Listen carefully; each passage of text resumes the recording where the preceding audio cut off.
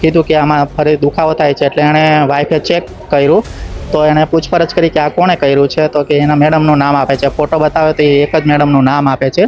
અને મોટો આટલો બધો આક્ષેપ નાખે તો હું પેરેન્ટ્સને એવું પૂછું કે ઘરની બહાર બી ક્યાંક જાય છે તો બીજે તપાસ કરે. ને એને આંખે એને હાથ મૂકીને એ જોઈ ના શકે એના માટે એને ધમકાવવાની ડરાવવાની કોશિશ કરી છે કે ઘરે કઈ વાત ના કરી શકે એના માટે.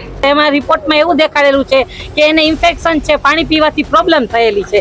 અને આ જે વાલી છે એને શા માટે આક્ષેપ લગાવેલો છે અથવા તો એની પાછળના બીજા કોઈ પડદા પાછળ હોય અને એના દ્વારા આક્ષેપ લગાડવામાં છે જે સાચું ખોટું છે એ બહાર જ નથી આવતું. કેમ કે અમે બધું વિડીયો રેકોર્ડિંગ ને બધું બતાવેલ છે, એમાં ક્યાંય પણ વાલી એવું સાબિત કરી શક્યા નથી કે શિક્ષક દ્વારા છે એ ઈજા પહોંચાડેલ છે.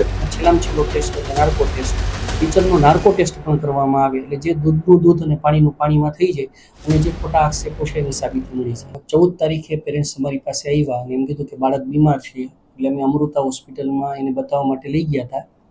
ત્યાંના રિપોર્ટ બતાવ્યા. રિપોર્ટમાં સ્પષ્ટપણે એવું લખ્યું હતું કે બાળક ઉનાળામાં પાણી ઓછું પીવે છે એટલે યુરિનલ ઇન્ફેક્શન છે. પણ તેમ છતાં પેરેન્ટ્સનો આગ્રહ હતો કે 11 તારીખના સીસીટીવી બતાવો.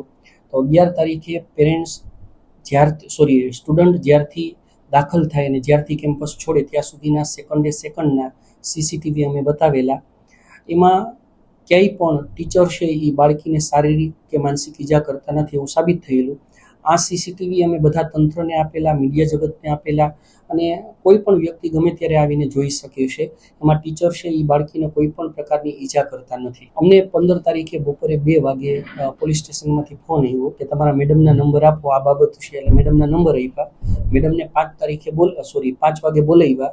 એટલે મેડમની સાથે બીજા 3 ટીચર અને જે મટીરિયલ હતું, જે સીસીટીવી ફૂટેજ હતા એ પેનડ્રાઈવમાં લઈ અને પોલીસ સ્ટેશને અમે ગયા અને સ્ટેશને જે પણ પ્રકારના પ્રશ્નો પૂછ્યા એ તમામ પ્રકારના પ્રશ્નો અમે 100% સચ્ચાઈથી એના જવાબ આપ્યા. પોલીસ આમાં ઊંડાણપૂર્વકની તપાસ કરે, તટસ્થ તપાસ કરે અને સત્ય લઈ આવવાનો પ્રયત્ન કરે. અમે ત્યાં સુધી કહીએ છીએ કે ભારતનો છેલ્લામાં છેલ્લો ટેસ્ટ એટલે નાર્કો ટેસ્ટ, ટીચરનો નાર્કો ટેસ્ટ પણ કરવામાં આવે એટલે જે દૂધનું દૂધ અને પાણીનું પાણીમાં થઈ જાય અને જે ખોટા આક્ષેપો છે એની સાબિતી મળી જાય.